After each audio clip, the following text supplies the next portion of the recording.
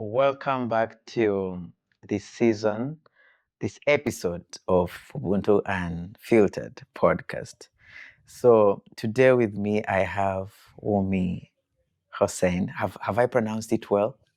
Yes, it's Urmi Hossain. Yeah, Sorry, how do you pronounce your name? Urmi Hossain. Urmi Hossain. Oh Yeah, yeah, today with me I have Urmi Hossain. So Urmi Hossain is a publisher, an author, a blogger, based in Canada. And the Ubuntu Unfiltered podcast, I'm based in Germany. So I'm so excited about how this technology works and how we can be able to, to have on this platform, both of us. So Womi is, she does a lot. She works in the financial services, both the CFA. She later told me what that means. I really don't know what it means. And through her work, I've kind of stalked her on the social media platforms and seeing she has done a lot of podcasts on empowering women, sharing these talks, and more so on women empowerment. And yeah, she's a co-chair of the Organization of Women Leadership, and this is based in Montreal. And well, she's an author of a book called Discovering Your Identity. Hope I have a well background about Urmi Hossain. Welcome to Ubuntu Unfiltered podcast. thank you. Thank you so much for having me. I'm really excited about having this conversation with you. And when we had this Instagram chat, I was like, "Wow, I like this," and I was like, you know, I like this. I was like, someone believes in something has to be great or information has to be shared and feel great. And this is the whole essence of this podcast. Um, Wumi, you told me that you are based in Canada right now. And beside all, were you born in Canada? Did you just move to Canada? What's your No, journey so to Canada? yeah, so I wasn't born in Canada. I moved to Yep. Canada back in 2010, so it's been 15 years that I've been living in Montreal. Wow. And I was born and raised in Italy. I lived a big chunk of my life in Italy. I would say at least 19 to 20 years. Italy in And Europe here. that's right. I'm a Oh. European. I'm a European girl. Yeah. Yeah, and both of my parents are from Bangladesh, so I consider myself a third culture kid, someone who basically who lived most of her life in a country or in a culture completely different than her parents' cultures. So I'm Italian by birth and Bengali by blood. Wow. That sounds great. Multinational. No, no, not Yes, only multinational, multi-continental. that's it. That's it. Yeah. So, moving on from your background and how you came to Canada, what inspired you to move to Canada? It was for personal reasons that I moved to Canada. Okay. Yep. And of course there were so many different reasons, and then of course I did my university in Montreal. Wow. I studied finance, then I started to work in finance, and I do very much enjoy living in Montreal. I think it's very multicultural. There are so many variety, there's so much diversity, and it's really like a melting pot.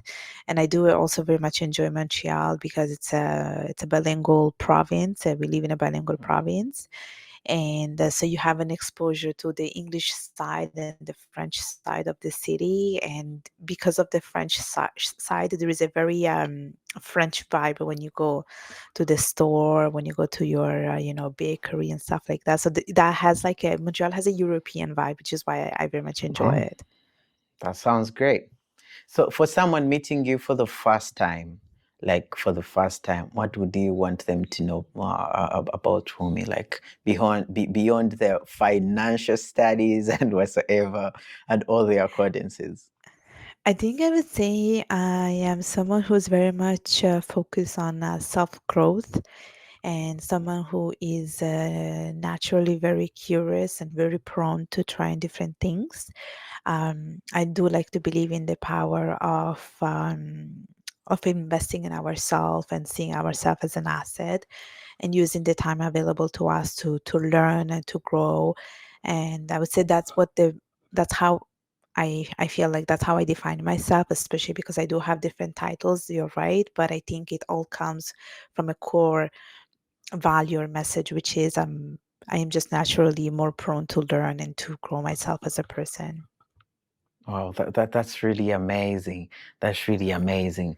And from all this being, education and whatsoever, you moved on to writing a book, discovering identity, and this is moving on to another field, being an author.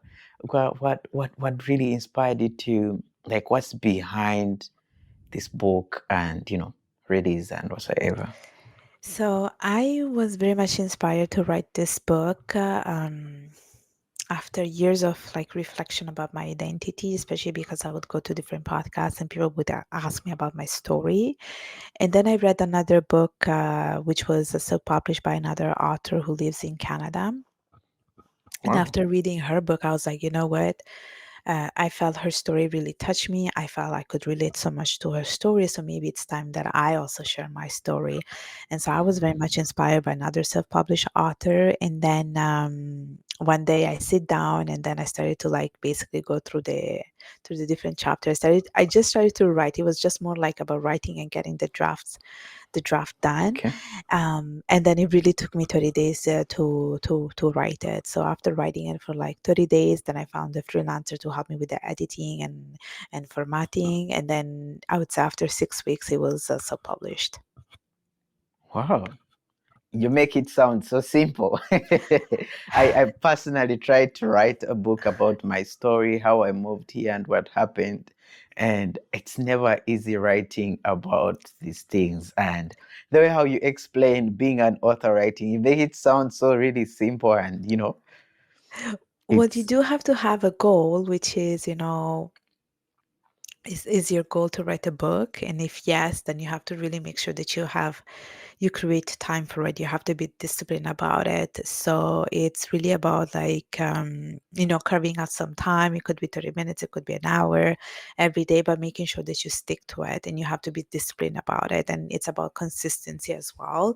And once you start doing that, I think you start basically basically see your own creation. You see that this is coming to life. And yeah. it's all about really sitting down. That's how I did it. It wasn't quite planned. I think it was just one day I sit down and I was like, okay, this is what I'm gonna do. And then I kept writing, and then I saw my realization. I saw my creation basically. I think it's the discipline that I lack. So, and Probably. consistency, and but I'll get to it. So, you really sound like a so busy person, like writing a book, doing these podcast stories, and the financial studies, and how do you balance all these? Being is it multi-talented, Yeah, I don't know, multi-talented. the inspiration. Yeah, how do you balance all this? So I think that my like corporate life, my professional life, and my creative life are Yeah, equally important. And I would say that for me, it's not about choosing either one, but it's more about complementing each other. I think the yeah, two of them, they are complemented each other, and they're both adding value to what I do. And I would also say that the creative side is equally important. Like I still do take time when it comes to doing things. Like it's not just about working, and I do put like boundaries there. Like I make sure that there is my 9 to 5, and then I make sure that there is my 5 to 9. And I also think that you cannot achieve complete balance. I think it's more about it's more about integration, I would say, and making Yeah. time for it. So that's how I handle it basically. So from corporate author, then why women leadership and mentorship? It it just came from my own personal experience. Okay, I'd love to I would hear say that. So I would say women in leadership, it came because I do believe in this, in leadership a lot. And I do believe that we need to have more women in leadership roles. And I think we need to give them more support. And that's why I joined the organization. It's quite established. It's been there for the past 20 years. And I do believe in its purpose. I do believe in its purpose. I do feel like it's very much aligned with me, especially because I do come from a very male dominated industry. And sometimes you see that lack of representation and diversity that you want to see in some Yeah. high level position. And so I joined the organization. And it's not about like career women in leadership, is also about like wellness. It's about finding balance. It's about other skills as well that you can apply in your day-to-day life, in your personal life. And mentorship too came from my own experience, where I always looked for a mentor in my life, but I did not have anyone that looked like me, Wow. especially during my time. And I was like, you know what? I want to be the mentor I never had. So that's why I became Wow. a mentor, and I very much enjoy doing it. Wow. That sounds great and inspiring. Thank you. In Africa, it's really challenging, and I think you have brought up a challenging topic. If you can't, if you didn't get a mentor, then become the mentor to to someone, so that someone can get Yeah. a mentor. That's really important, and a challenging step to the listeners out there. And I would love to ask you, uh, women in leadership and women. I think you have mentored many women, and many women have benefited from the advice you share, from the stories you share, from your experience. Um, More so, living in Canada, what challenges have you faced, or and also women are facing, more so as immigrant women who Hmm. come to these countries? And Yeah, I would say there are quite a lot of challenges. I think if as a woman who have moved from one country to another, I think there's always the challenge of like looking for a job and you're never sure how to navigate that. For instance, I mentored a woman who came from Nigeria, and she was trying to understand a little bit about, the workplace, and she wanted to understand a okay. little bit about the job market. And it's always a bit challenging because you're never sure how to approach an interview. You're never sure how to go for applying for a job. You're not sure about the business etiquette, the work etiquette. And this is where, things like mentorship and women leadership come in place. And I think the other struggle is often that you have imposter syndrome. I think it's quite prevalent. I do see it. I do see that a lot of women face that. We do have a lack of self-belief, and we do have a hard time saying that we're good enough. We have hard time thinking that we're skilled enough, and that's a big problem. I do see it a lot in women who have moved around, especially because if you come Mm, from a country where certain things are valued, and then you move here and you see that yeah. those things are not equally valued, and you feel like, oh, damn it, I'm like Yeah. behind with stuff, I'm behind with the knowledge, I'm behind with skills. It- so this is where the conversation starts. We start to like see, okay, what are some of the things that you can work on? Is it communication skills? Is it interview skills? Is it how you can brand yourself in the market? So these are some of the conversation that I usually talk about and share based on my personal experience as well. But the conversation is always around that, imposter syndrome. I don't know how to navigate to the job market and stuff like that. Yeah. Yeah. So through all these stories and stories beyond, did I get that right? Yeah. Of your Beyond podcast borders. is stories beyond borders. I think we share the same thing with my podcast, because it's Ubuntu Unfiltered, something Africans can relate to, and the unfiltered stories we share. And so, through your podcast and platform, Story Beyond Borders, which stories, if you have any example or anything that have left an impact on you, and you really like, I think this was really so impactful. So my podcast called The Stories Beyond Borders. It's a Yeah. podcast about storytelling in relation to migration, language learning, living in a multicultural society. It's about the stories of resilience, and there are so many things that I think a lot of the conversations have left me. For instance, there was this person who I interviewed, and she spoke about how back in the days she had to move from one place to another, and sometimes it was for war reasons. And she was sharing her story about how she only took one thing with herself, which was her dolly, her Wow. doll. And then she only remembers that she remembers like taking the doll and just moving from her home country to another country. And then Wow. she was talking about how she fears about moving around, for instance, because it goes back to how it goes back to how she experienced it when she was a child. So this was one story that really stayed with me. Sometimes we take these things for granted, and we think that it won't happen anymore, not nowadays. But she's an example of this kind of story, and she's an example of tenacity and resilience. And there was another person that I interviewed on my podcast who basically she's biracial, so she is half white and half black. And she was saying how she looks very white. Like if you look at her, she is very white.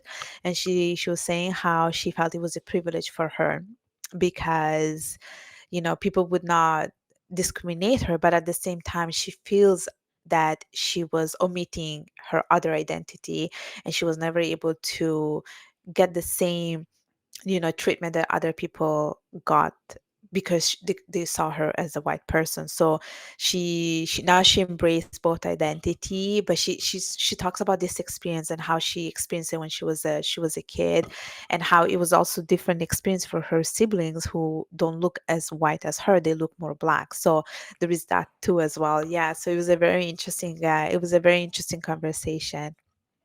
Wow. Wow. Wow. Yeah, Wow. I can only imagine, moving on to these other countries. The white and black conversation will yeah, always will always come up, which is not which is not the case while in Africa, Asia, or elsewhere.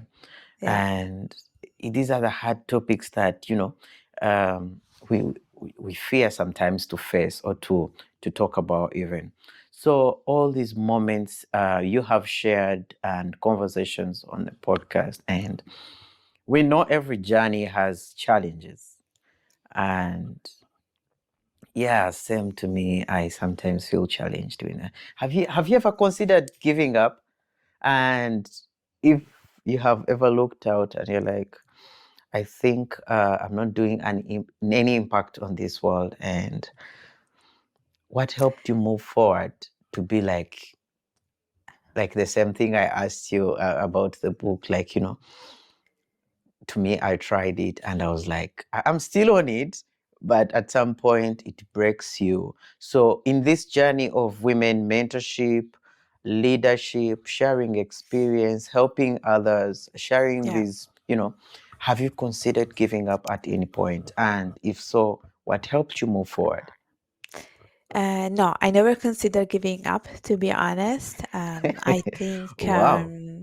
yeah, I'm not someone who likes to give up, and I will tell you why. It's simply because I feel like if I start on something and then I give up halfway, I feel like I'm betraying myself. I'm betraying myself because this is something that I wanted to do, and if I want to do something, I should commit to it.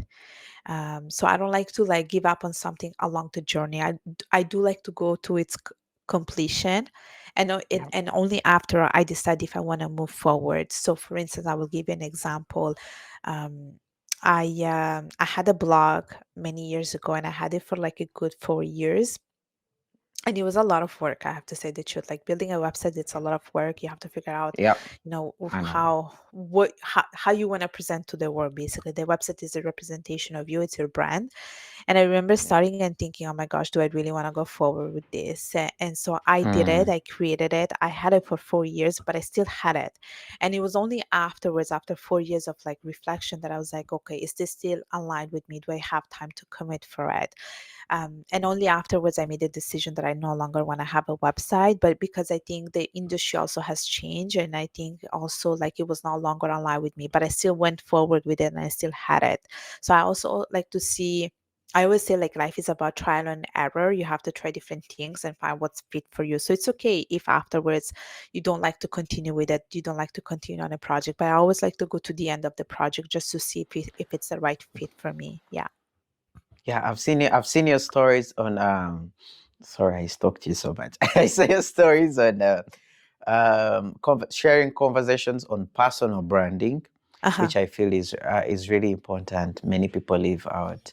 You never know. Someday we shall dive into this.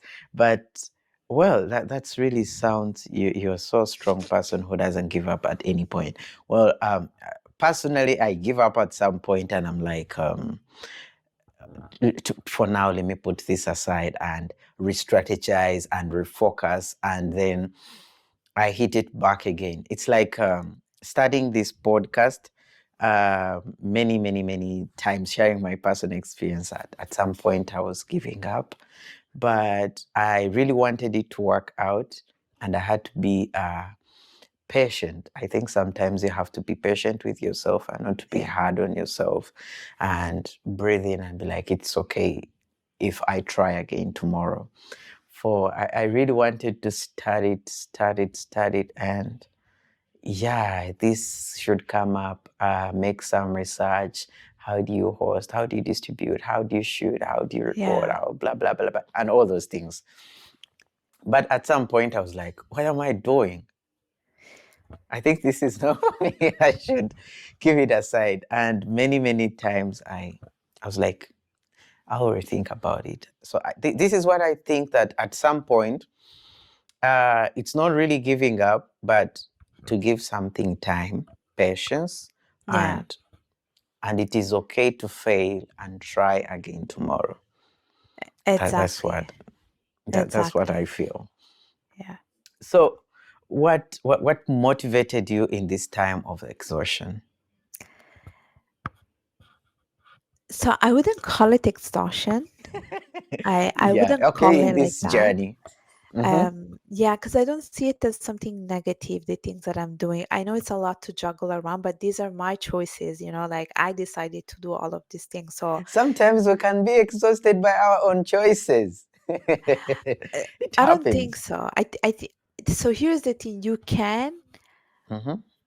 but I think I spread out my work pretty well throughout the week, that I don't let it come to that point. Like it's all about Planning. finding that balance between the things that you're doing. So Yes. you can make sure that you are not overwhelmed. You can make sure that you're not burned out from the things that you're doing, because okay, for instance, having a podcast, having a YouTube channel, doing X, Y, and Mm-hmm. Z, these are things that you have decided to put in your plate. So, and at the end, it's in your power to remove them from your plates. So for me, when I made all this decision to do all of these things, I make sure that it was something that I could achieve. So it was a more about Mm. achievement for me, like Yep. making sure that I was reaching to this objective. So I always remembered, my purpose, why I started to do the things that I do. And I also remember Mm. my why. So I'm big on like vision board, I'm big on like journaling, I'm big on goal setting. So I was quite aware, I was quite self-aware that if I do any of these things, I want to make sure that I achieve them, because it goes back to how I feel on betraying myself if I start on something and then I decide to give up on it, Yeah.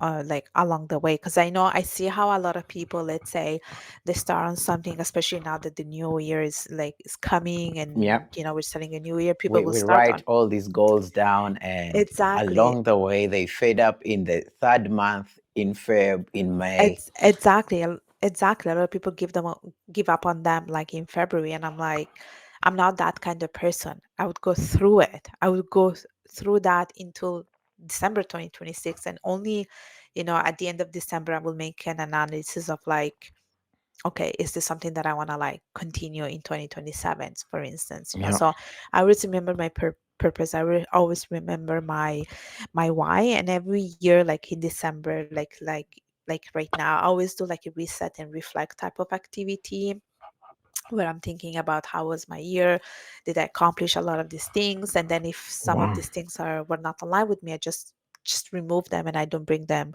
with me in the new year. So that's how I like to work on. So you do a personal documentation and a personal check.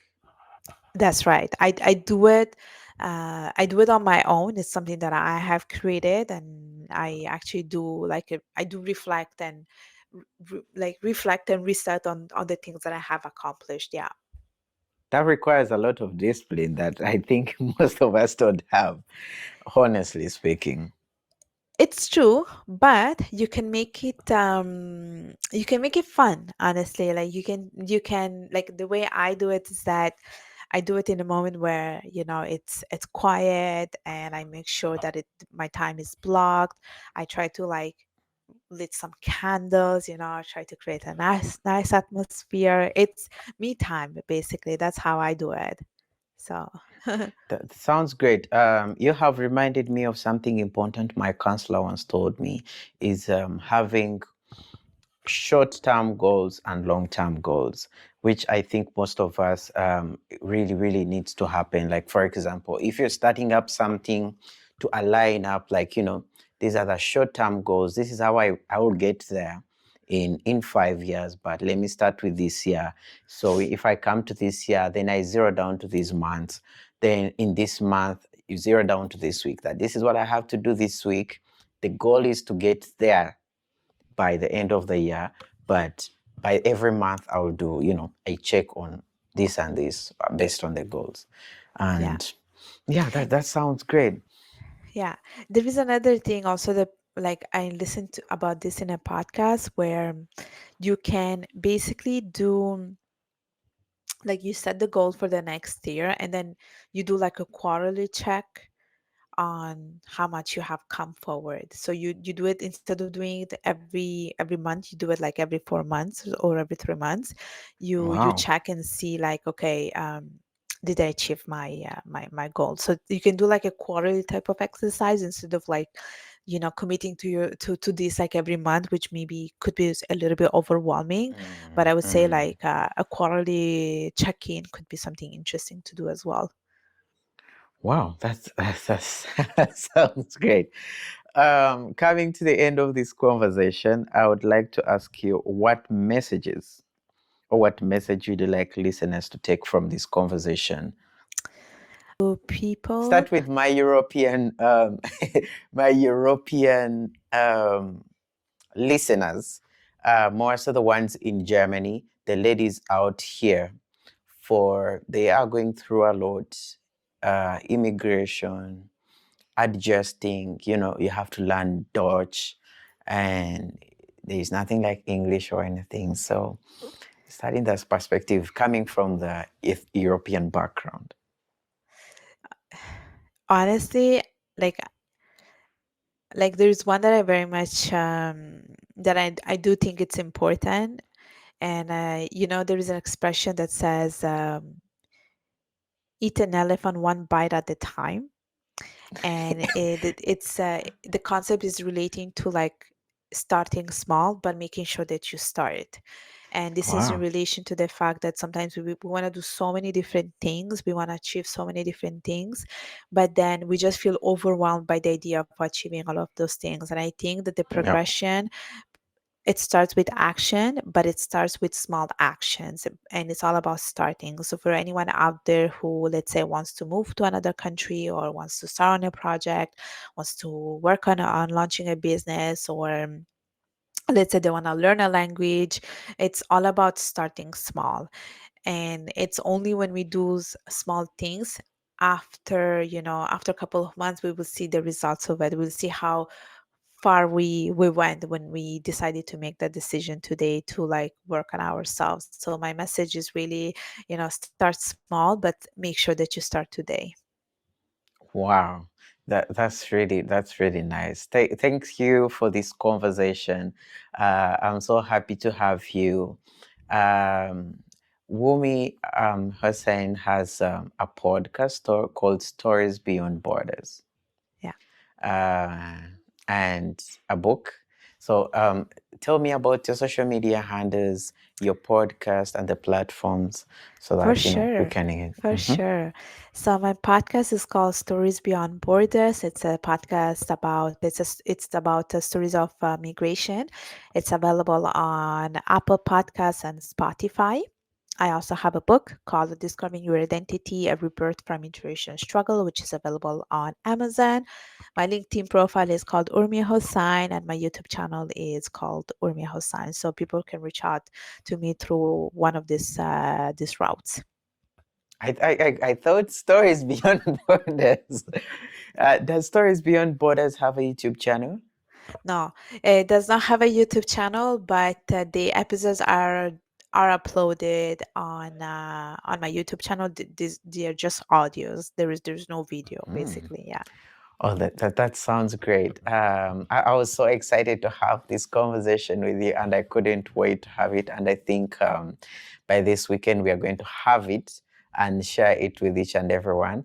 Um, Great love from Canada. I have some friends over that side. I think they're in. Um, I have a namesake called Isaac. He is in. He's in Manitoba, Montreal. No, not Manitoba, Montreal. Alberta. He's Alberta. in Okay, okay. Alberta, and I have some couple of friends. I'm told Canada is so cold, and I don't know. It is. I don't know how you guys do it. It is But thank you so much for turning up in this conversation. Um, More to come. You never know. We can in any other seasons we can partner up and share for more sure. conversation. Thanks for tuning in.